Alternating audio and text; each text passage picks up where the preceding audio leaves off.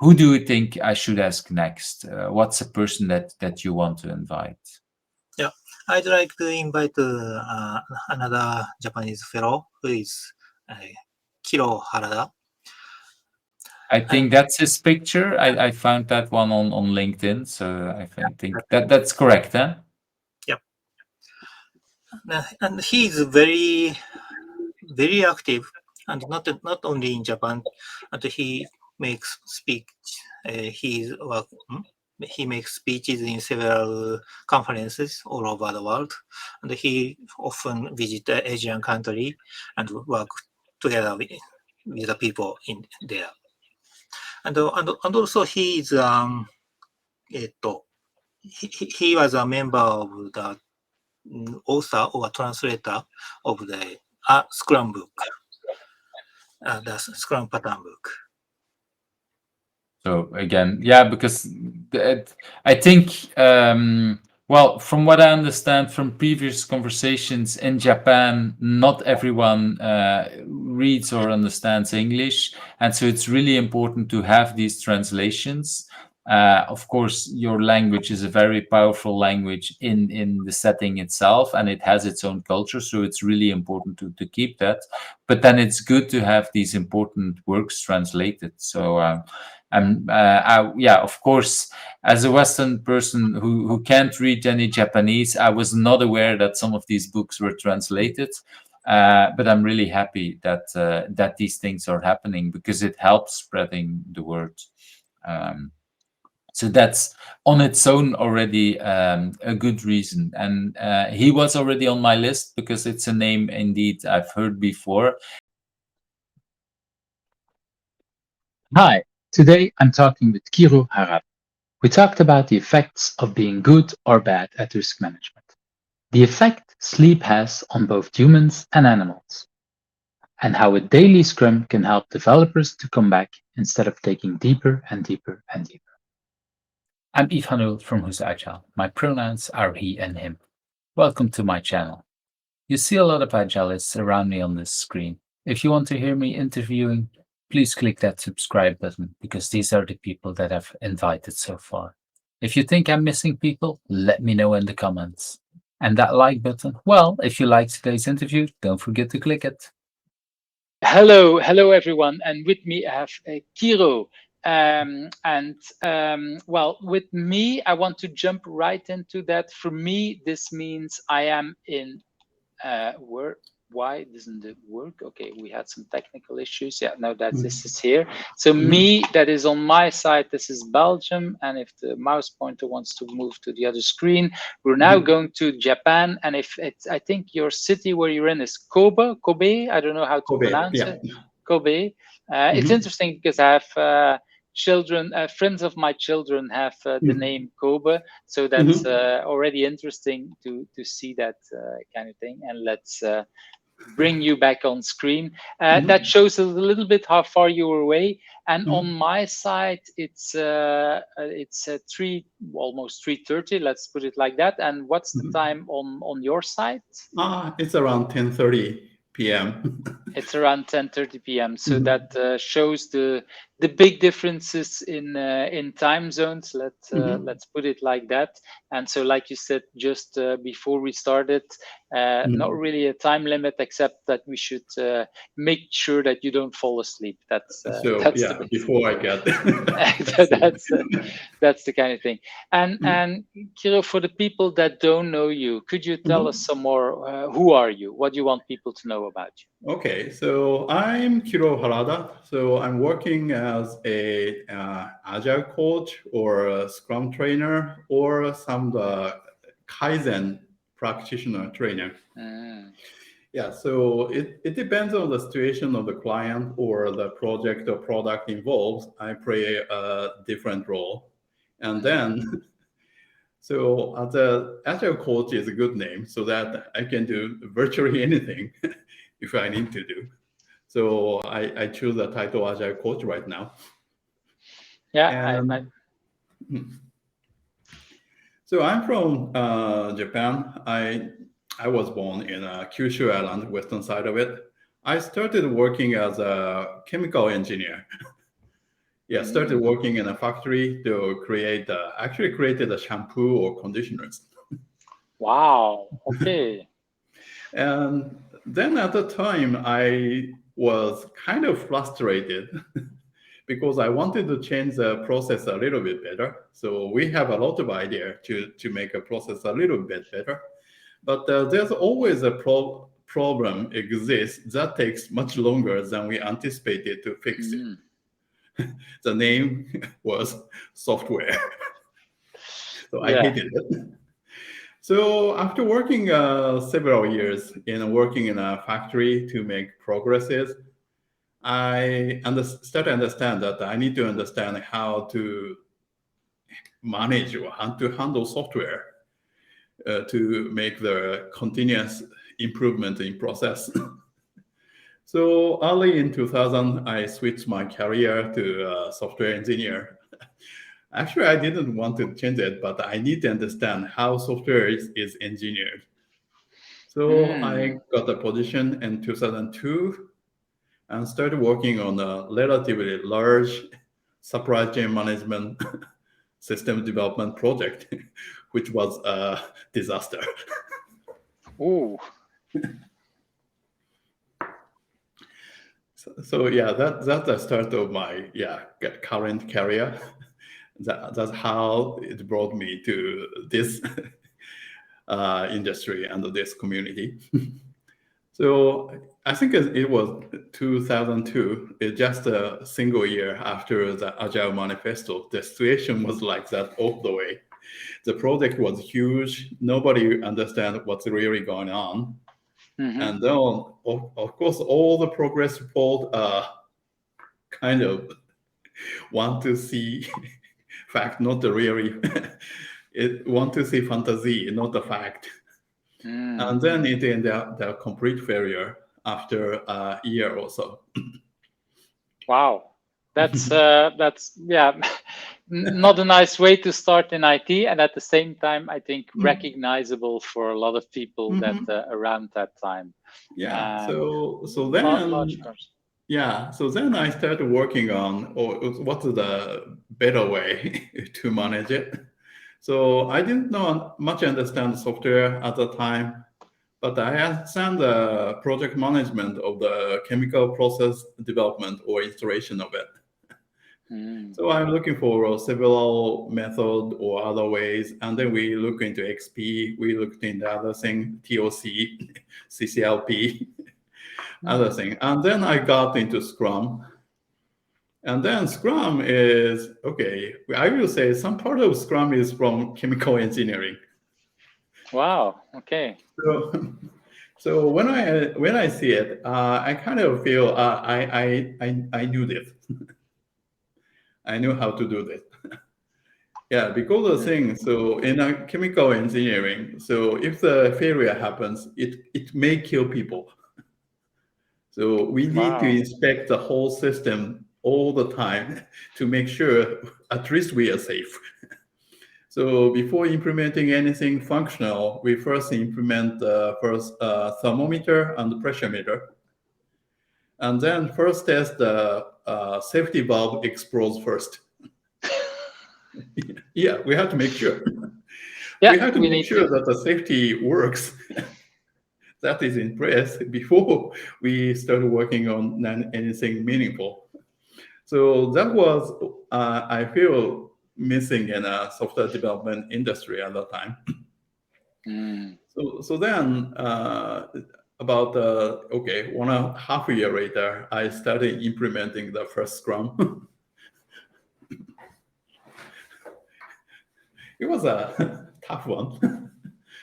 I can imagine, but it's already showing really like where you're coming from a background, and it makes a lot of sense if you're coming from where you are coming. So that thanks for sharing. I want to move to that officially first question, and it kind of feels already something like you already been talking about, but maybe there's other things. So, what is something that people usually don't know about you, but that has influenced you in who you are? Okay. So probably the first, usually I don't share much about other people, is that I'm terribly bad at risk management. So I used to be a extreme athlete, working in the mountain biking, and or usually do the enduro racing. Wow. Yeah, Okay. it was fun. And actually, so I have 3 kids. I have 3 kids, and my family have 5 people. The average number of bone fracture is 1.5 in my family. But nobody except me had a bone fracture yet. Oh, so you're making So the I'm the only numbers one. much higher. This tells a lot about statistics. So your statistics is So very high, but actually, I learned as a coach to twist the fact with the statistics. But the reality is I'm really bad. But I learned really painfully that going safe is actually safest way. You know what? So when running in riding mountain biking, we have adrenaline in it. We have got into the state of the kind of very high performance, but not really evaluating risk at the moment. I think I can go, then crash. wow. So after doing several things, so gradually understand, okay, it seems okay, but going slower, safer is actually much faster at the end. So Yeah, if I you learned end very up in the hard way. hotel, if you end up in the hospital, then you really don't end up where you wanted to go by the bicycle. Yeah. So actually, I'm sharing coaching the team or go safer. Believe me, I was so bad at it. So. But if you can speak from experience, it's really you can bring the metaphors, you can bring everything there, and I think people can really understand it. It's the metaphor of a bicycle really tells a lot. So I can definitely see how that influenced you. So that's a very nice story. Then after I did several mistakes, so I could not compete as hard as possible as before. I started gaining weight. And then only racing I do right now is hill climbing. Yeah, hill climbing is good, so we cannot speed up. It's always slow. So I did hill climb for Mount Fuji early this month. Wow! And Slow, how high is Mount Fuji? Because I have no idea. I know it by name, but I don't know how. It's about 3,700, but for the race climbing height is 1,400 meters. Wow, still impressive. Still impressive. Still have fun. Yeah, it's fun. But it's better to go up than to go down if you don't want to speed up too much. Yeah. So we have all good safety riders there. Go slow. So again, go slow. But that's it's a very nice story about influence that you can share. I want to move to that next question. That if you had not been doing what you've been doing now, do you have any idea what could have become of you? Was there anything that you were destined to become, or? Yeah. So I'm probably similar questions for the next one, but I'm really curious, still curious. And then the software has been the target of my curiosity for a long time.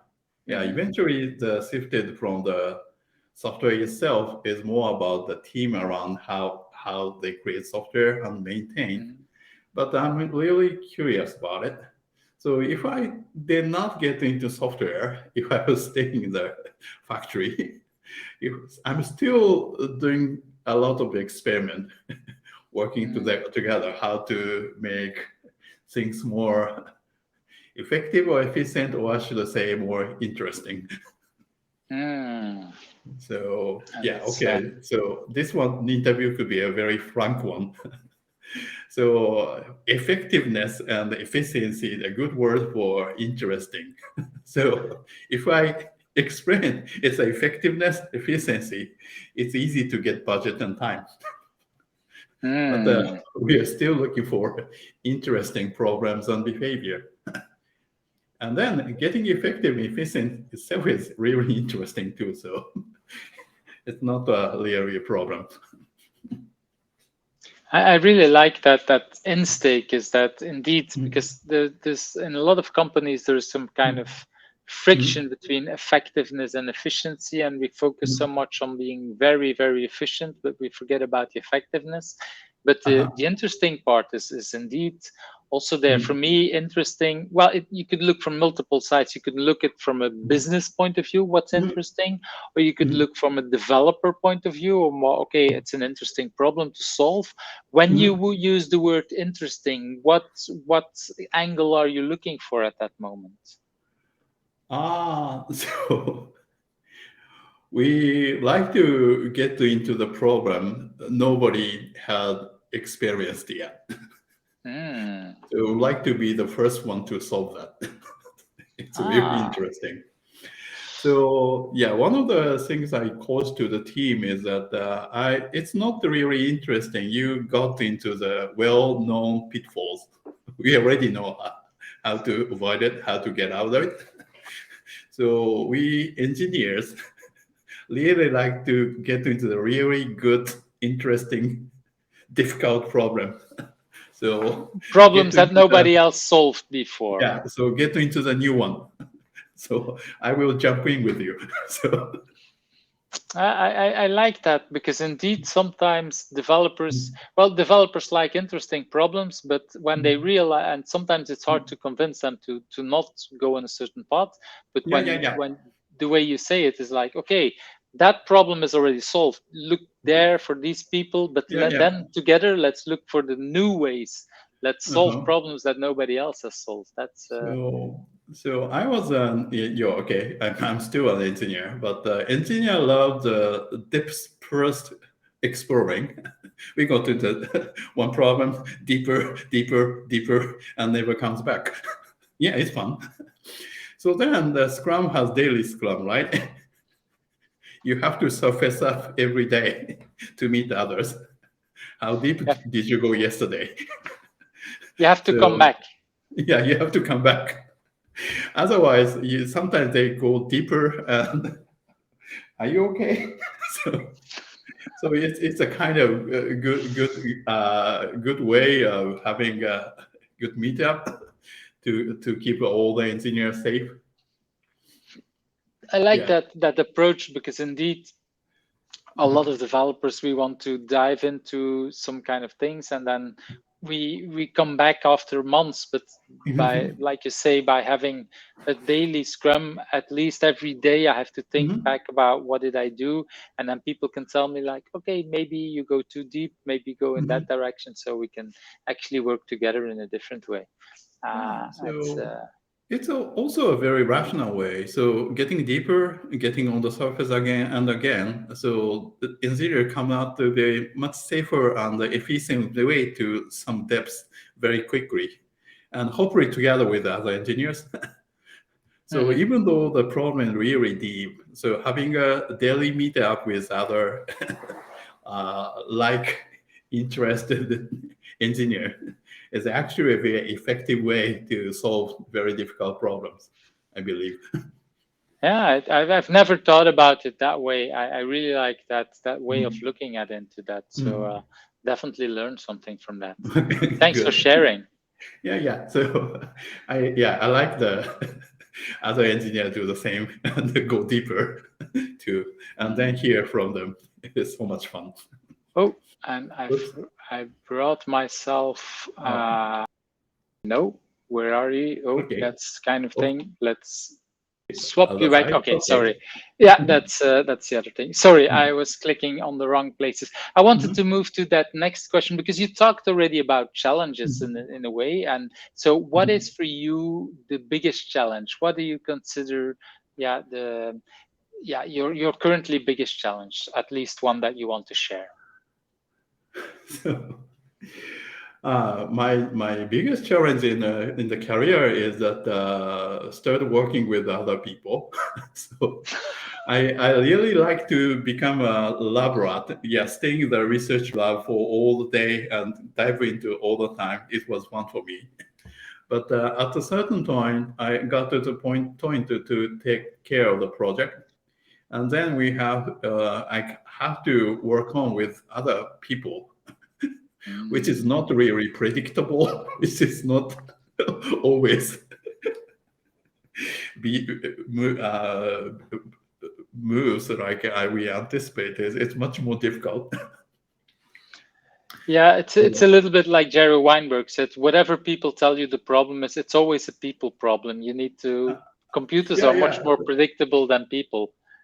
Yeah, so yeah, chemical process is much safer. So that the problem I got. So I used to really I want to be I want a lab engineer. I'm not really bad at it. I'm not that bad, but I got into the people management. So I learned in a kind of hard way, but I never thought I was kind of training and coaching other people how to interact with people. Life is strange. So. And the second part of that question is, why is that a good thing for you? So what about having a hard time interacting with people is good for you? So I'm doing Agile coach. I'm doing a Scrum trainer. At that time, 20 some years back when I started as a career as engineer, I never thought I will be doing the jobs like this. I really wanted and ended up in stay in the lab forever. There was a good research fellow. I worked very well with it. I wanted to become like him, but I'm pretty much different career path. But which I found that is really interesting too. So. I really like that, because indeed that, like you say, and it shows how unpredictable our careers are. We might think in a certain way, and then all of a sudden, so many years later, you talked about doing that first program in, what was it, the year after the Agile Manifesto, and now we're more than 20 years later, and look at you, you're an Agile coach. Yeah, that's strange. Indeed, and it was hard to work with people, and all of a sudden, well, as an Agile coach, a lot of it is working with people and helping people. So, but the interesting thing is that so when I'm doing experimental designing or other kind of engineering stuff, it was so easy to understand for me. And then as a result, I'm bad at teaching them. I simply do not understand why other people do not understand that. And then in that sense, for the engineering practices, I'm a really bad teacher. But for interacting with the team, I was bad, really bad. And then I learned a really hard way or bad way. Sorry, colleague, at the time. But in that case, I still remember. So how I get used to it, how I get overcome the kind of conflict inside me. That helped me actually teach or train or Scrum or other things. So I think as well I can train that part because I was bad at it. So because you failed and you were bad, you now are a better person in a way. Is that how I should see it? Yeah, I do not call it better. Yeah, I hope it has improved. But at least I can share the experience, how the improvement happened. Okay, well, that's a good part. it's hard to say for ourselves how good we are, but indeed, like what you say, you're better at it 20 years down the road.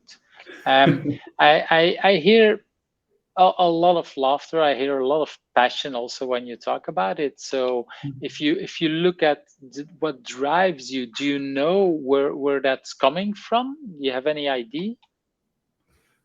Yeah, I'm still curious.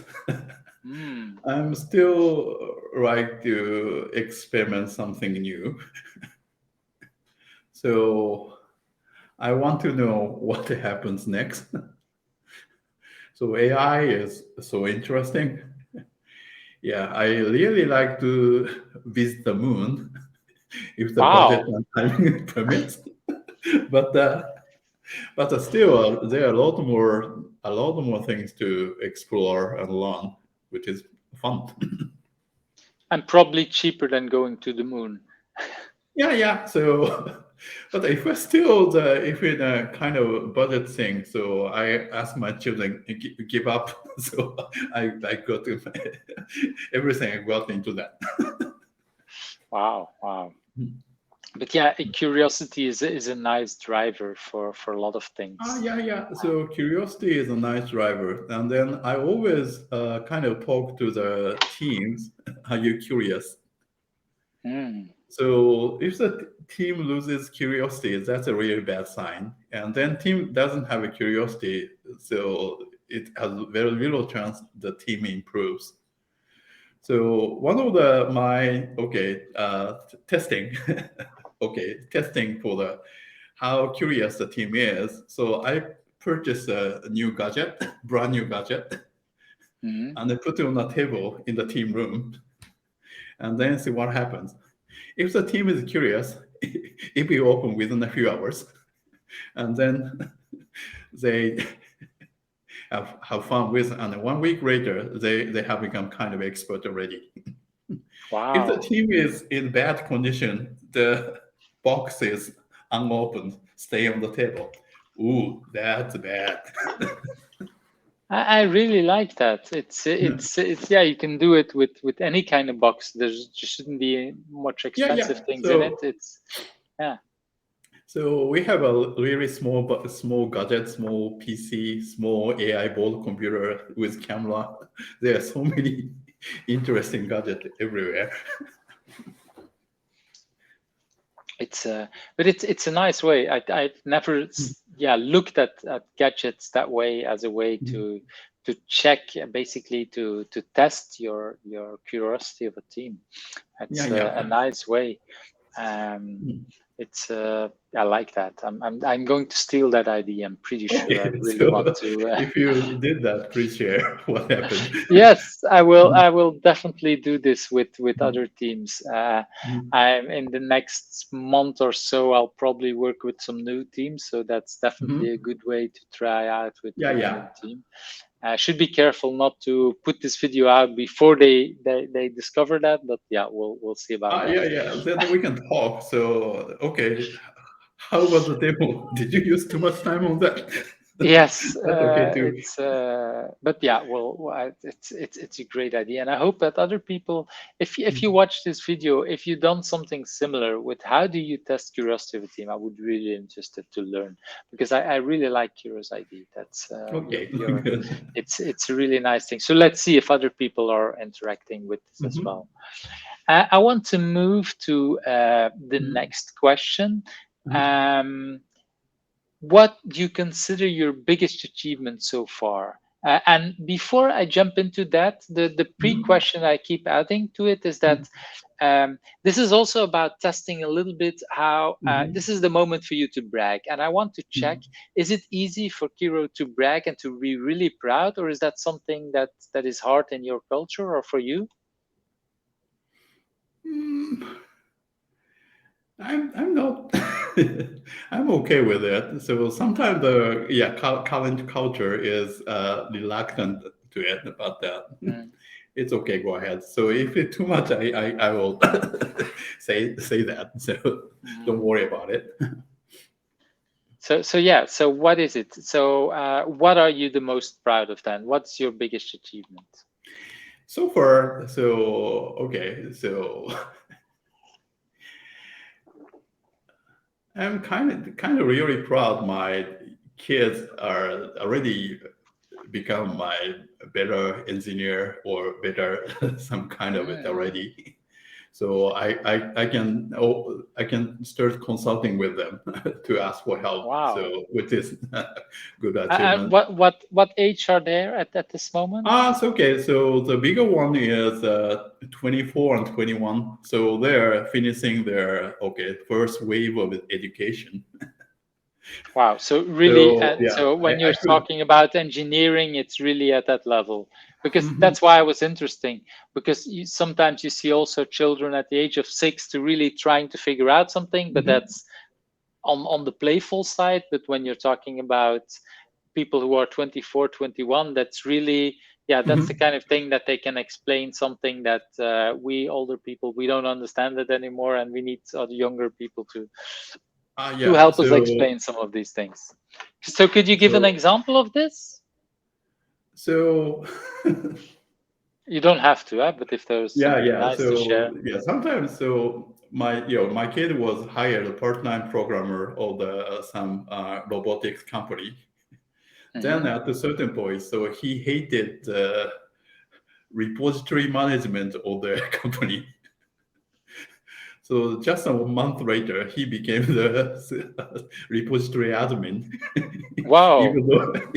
even though he was just the programmer intern. He Wow. was just cleaning up the repository. So that shows already that even just new on the job that they've learned and that they're really good at Yeah. So engineering. he was in he is finishing tech university. So he is doing a project, and then he is always working with the professor. So we have to check the whole system is working. The component integration is always a problem. Indeed, So indeed. even though he's doing mainly robotics, but he Wow. assembled the whole system and tested. So that's that's another kind of level.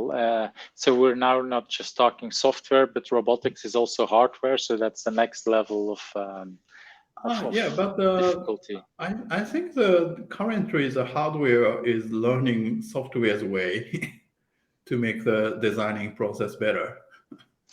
I agree, but it's a different kind of level of well, maybe it's a similar kind of problems that we had 20 years ago in software that we now need to learn on hardware side, I think. Yeah. I really, I see similarities there. Yeah. Okay, So go ahead. Was there something else you wanted to add to this? yeah, that is so, and then so it's good to have a engineering tutor in my house, even younger one, which is good. Wow. Okay. Mhm. Thanks for sharing. Well, I want to move to that next Mhm. question. Do you have any personal agility tip to share? Because you moved already from multiple parts from the agile world and then to an agile coach. Do you have any personal agility tip to share? Okay, so that's the thing I always teach in coaching, training, whatever. Sleep a lot. Wow. So that's the key. So okay, so I'm bad at risk management, as I told you earlier, and then it was 2015, 8 years ago. I almost killed myself. Wow. So I traveled too much, doing a overseas trip twice a month. It was fun actually, and then working with different kind of people is so much fun. But cutting sleeping time, so we lose a sense of our condition. So we feel so I feel perfect at the time. I never felt tired. I felt I had enough rest. then then I feel in 2 days after return from the business trip in the morning, I feel really uncomfortable. I asked my family to bring me to the hospital and then call the ambulance. And then I lost consciousness for 2 days. So Wow, that sounds really serious. And that was because you didn't sleep enough. It was bacterial meningitis. Whoa. So I was lucky then. So it's only about the chance. So if it happened on the airplane, I was gone. Wow. So it happened when I arrived at home, and then which is very close to a big hospital. I'm still joking right now. So then the key is don't cut your sleeping time. Sleep a lot. So yeah, agile animals. Okay, they are small, quick agile animals. They all sleep a lot. I really like that example, and I don't remember who told me. It's some week ago. Indeed, I saw. I don't know. Somebody told me like the fastest animal on the planet. Like I don't know, it's a lion or it's a cheetah or something like that. That is the fastest one in attacking. Actually, most of his waking time is most of the time. What's going on? My camera is going off. Your camera going off. Okay, I'm going to have a look at the camera. Let a moment. This is not nice.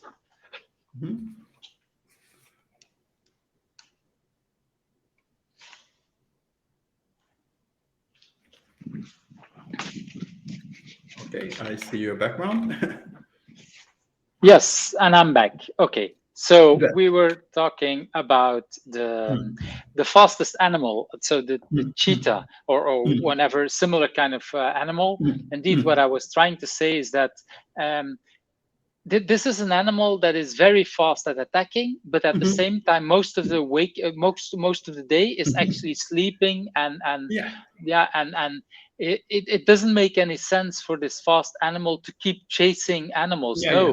He's just lying around, and when there is I don't know, a deer or something else near, then he quickly attacks. And we humans, most of the time, we do the opposite. We keep running after each other. We keep running, doing things, but not the most valuable thing. And I really like your story, like you say, okay, it was a very bad thing, but probably because you were chasing so much, your body was probably weakened, and that was easier for that bacteria to attack you.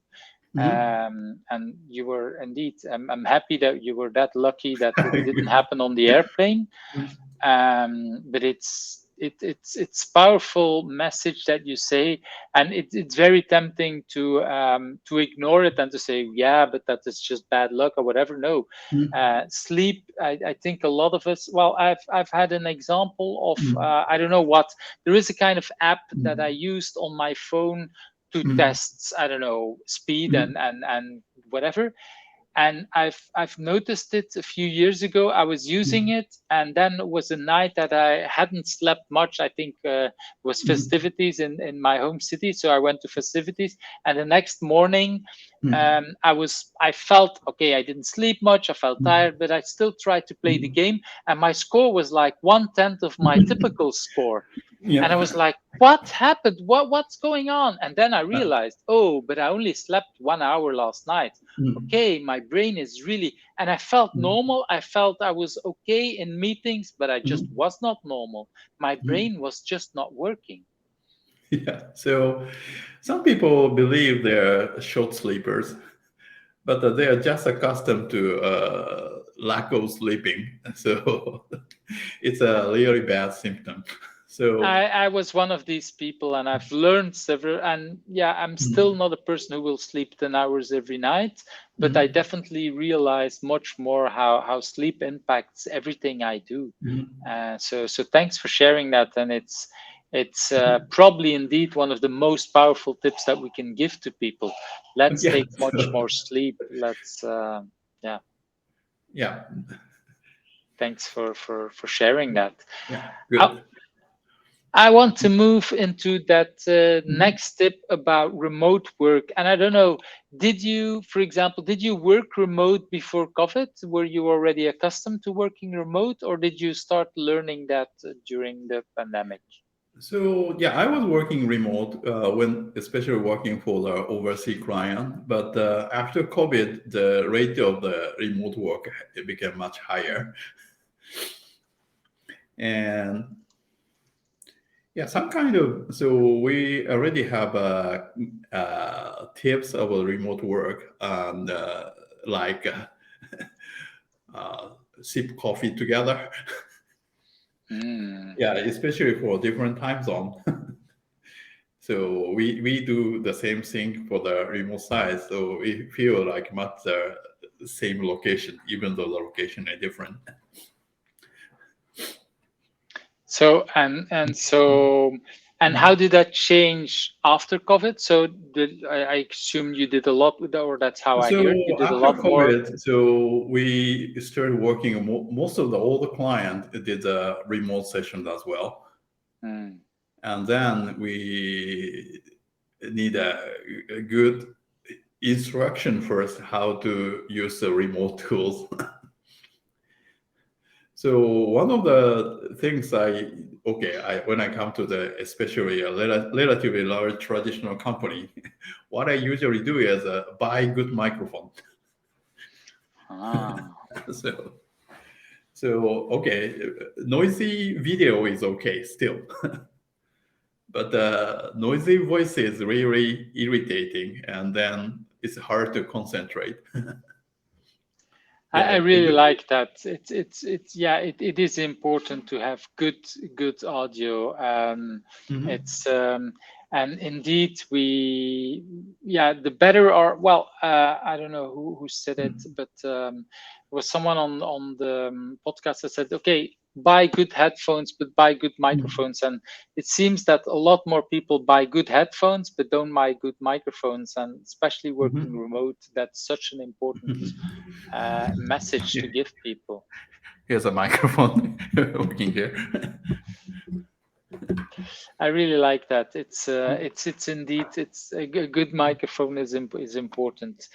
Good tools. Well, we had some problems when we started with some interesting things, and it's always interesting that when we work remote, we keep running into the technical parts. Good microphones, good headphones.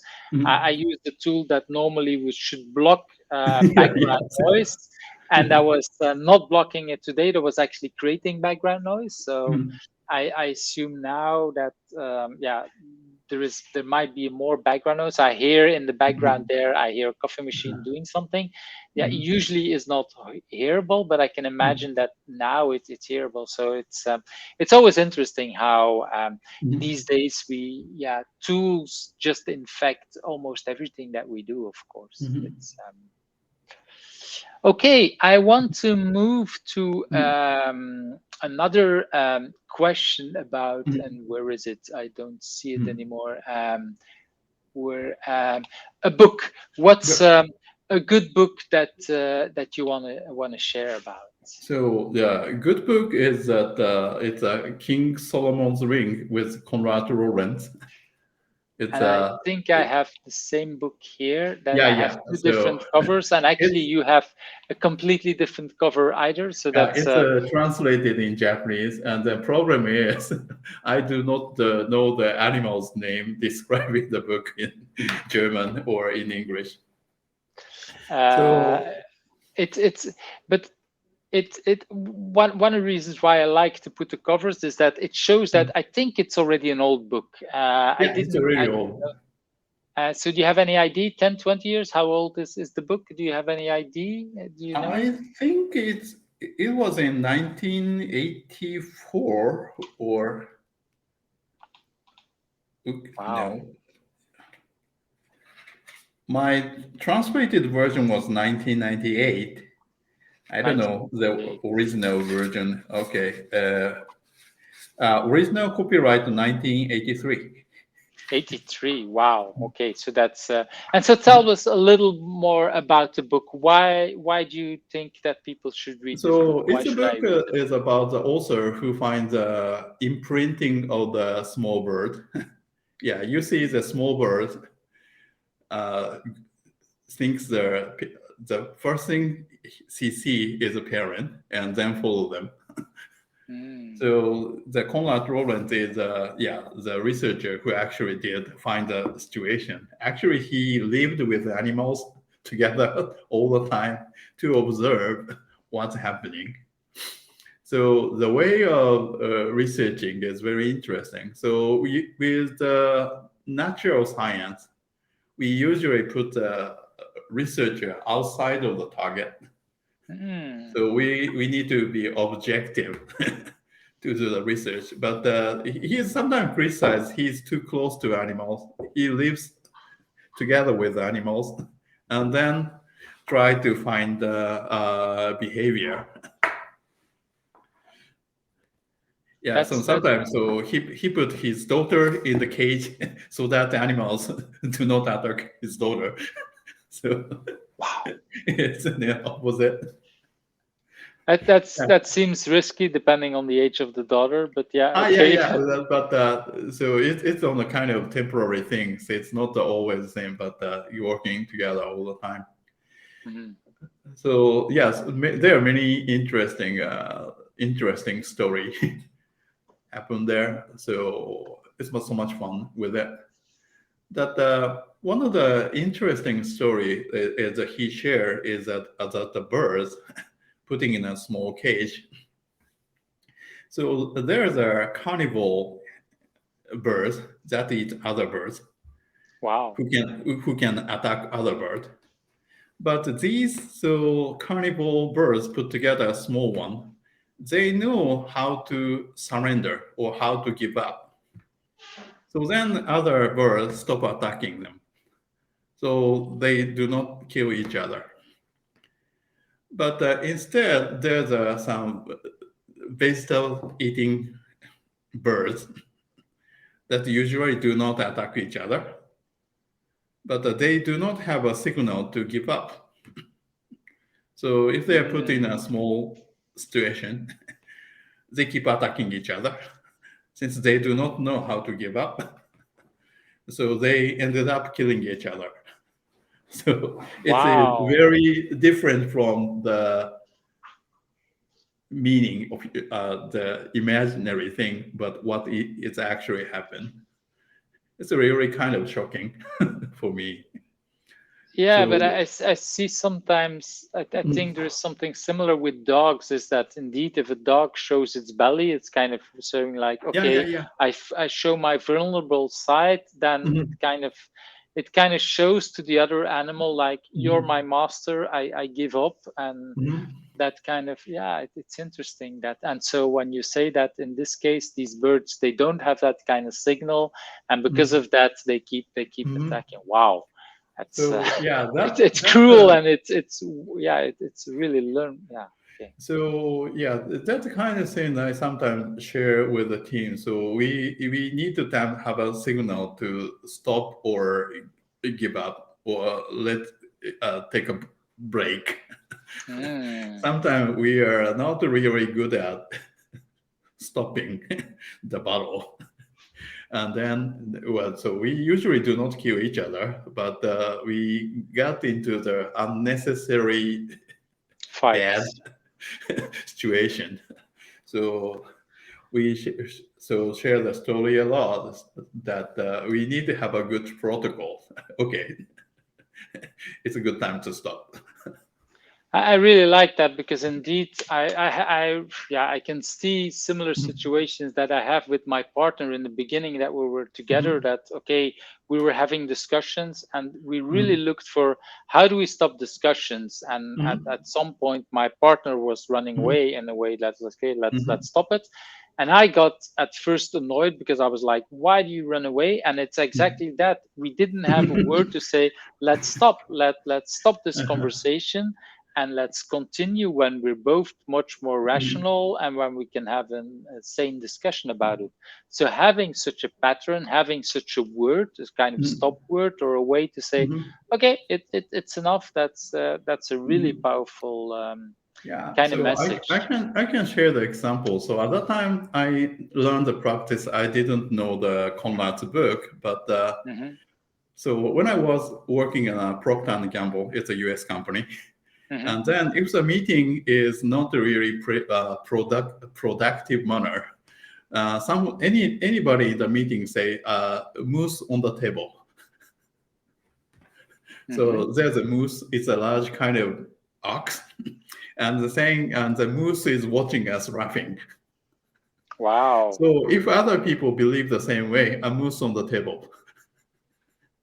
And then if some people say a moose on the table, the meeting pauses, have a break, have coffee. First dismiss for about 5 minutes, then come back later, then starting over. What is this meeting for? Wow. So it's a good protocol.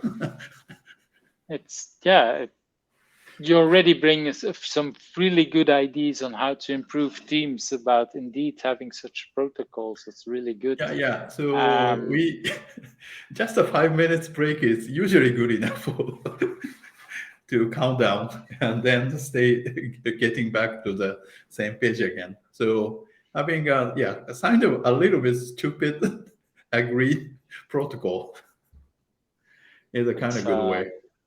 Again, another tip or another thing that I definitely want to steal and have a let's talk about. Okay, do we need to have a break or something like that? Yeah. So that's a nice way to do. Okay, we went already into a lot of questions very quickly. I really like it's going so fast. I'm really interested in what you say with your answers. I want to go to, for me, one of the most interesting questions, and I'm really looking forward to yours, is that what question do you also think I should ask you, and what's the answer?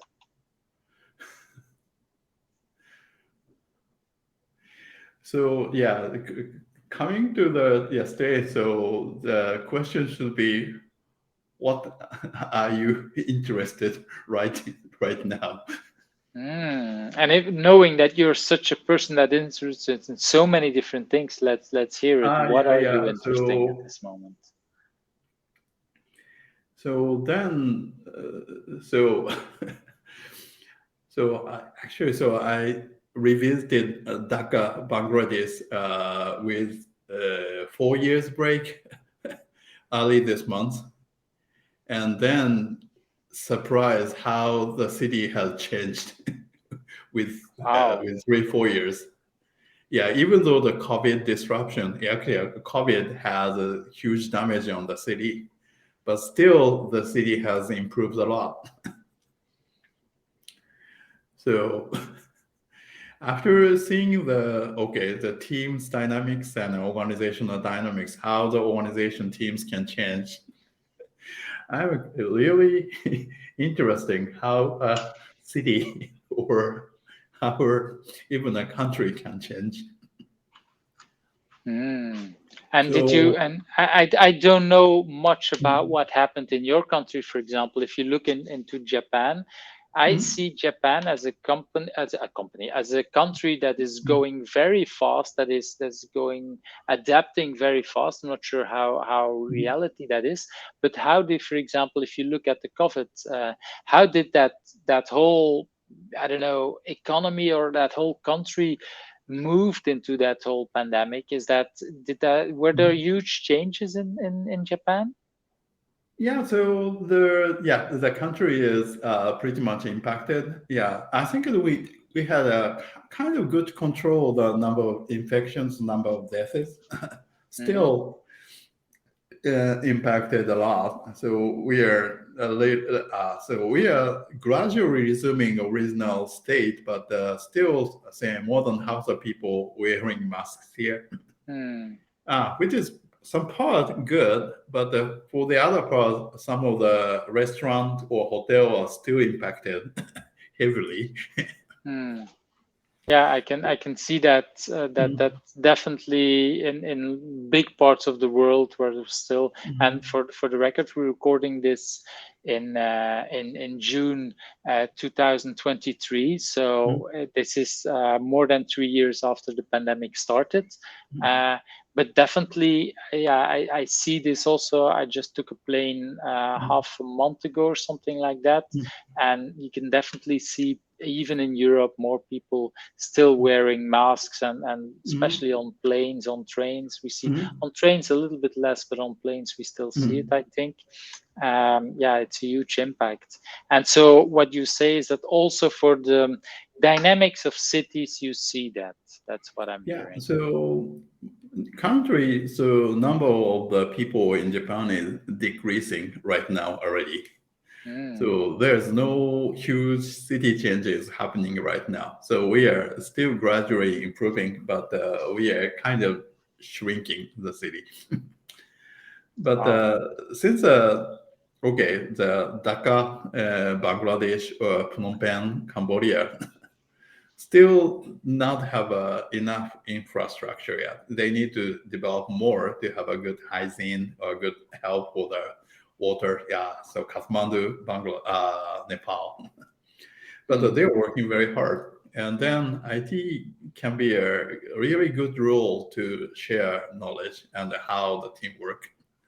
So it's really interesting how fast they are adapting, and they're looking for how much they can achieve. So if I can be of a little helpful the community, it'd be fun too. So that's the thing I'm currently most interested. But I had the physical problem happened like 8 years before. I'm not traveling as much as before, but still I try to find occasion to visit the city occasionally, meet the people in the community, and then like to discuss how to make the team, organization, the city, or the country better. That'd be a good contribution, as well as very interesting. Yeah, but I really like that.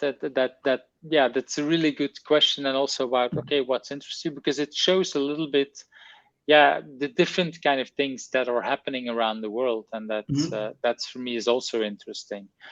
So thanks for sharing that. I want to move to that last question about who do you think I should invite next? So the first one I pick up is Mizanu Rahman, who is think that's Mizan, right? Yeah, who is from Dhaka, Bangladesh. I think he's now currently in New York. But he's a really good software developer, working very hard, and then help the other engineers in Dhaka to grow. He's one of the core member of the Dhaka Agile Scrum community. Yeah, the one who brought me to Dhaka. Then I brought him to Kobe. It's not so interesting. And so when you met him, why do you think it's such an interesting person? Why should I invite him? So he is actually seeing the interesting the city country change, and then he is from the inside of the community of the such quickly changing city country. I think you can hear a lot about how agile or other things work out in their country development. That's why I'm looking for. Yeah, I really like that, because one of the reasons to invite people is to learn about how Agile can help people around the world, and not just in the US or in Europe. And so having someone like him on the show might really be helpful to learn some more. So thank you for bringing him on. And I think you had a second name, right? So second name is Miho Nagase. She's my colleague. And is this correct? Is this her? Yeah, she's the one. So interesting part is she's working at university. Okay. So she's changing the way how the university teach software development and Scrum and Agile. Wow. And Okay. recently, the that's really application interesting. has expanded to the university students with hearing challenged. Wow. So we have some IT tool shared with them, and then create a team together, and then having some good results. So yeah, their presentation was really good. So I think so. The Scrum Agile in university education have a good potential too. And then she learned how she and the faculty teach undergraduate, graduate student. So she's actually now teaching a new hires. Wow. Okay. So that's so yeah, okay. So yeah, started with using modern agile engineering techniques as early, and then started creating with real project, real problem-based learning. So that now that they have a good sense of product development and delivery, and then how to get feedback, I think you can get an interesting perspective from her.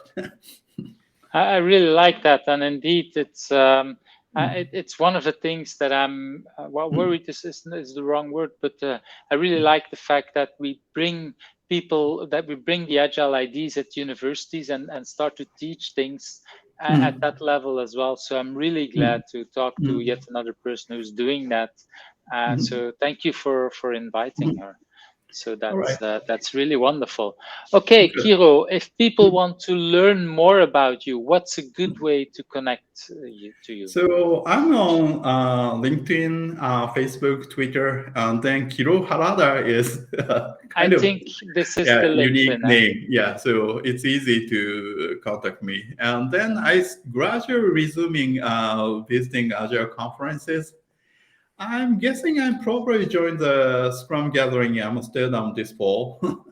So that might be a good way to connect. Yeah, I really miss that I haven't met you in person yet. So I was planning to plug conference, but because of situations I cannot. So I really love to join your place as well, and then let's see what the next in-person meetup occasion. Looking forward to it. Yes, it's Scrum gathering is an interesting one because for whatever strange reason, the Scrum gathering never has fitted my agenda, which is strange because it's one that I've been looking forward multiple times already. I don't know, even this time in Amsterdam, it's in my calendar, but it's still not clear if I will be able to make it, but that's for personal reasons. But I definitely want to look at it for in the coming years to join again, because I hear so many good stories about it. And not the last one. So if you are interested, very not lean leaf, please visit me in Kobe.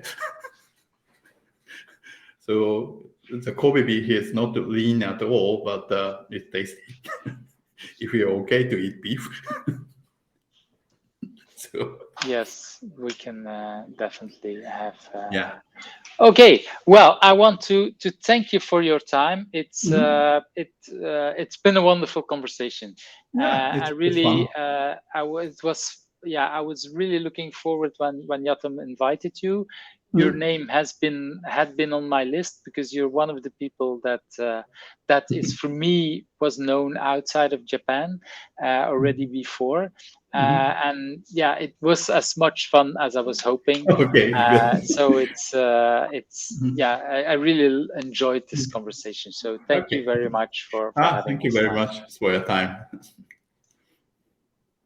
Bye bye. Okay, bye now. Thank you for watching Who's Agile, where the stories of Agilists come to life. I hope you liked today's interview. Subscribe if you're not subscribed and want to get to know other Agilists.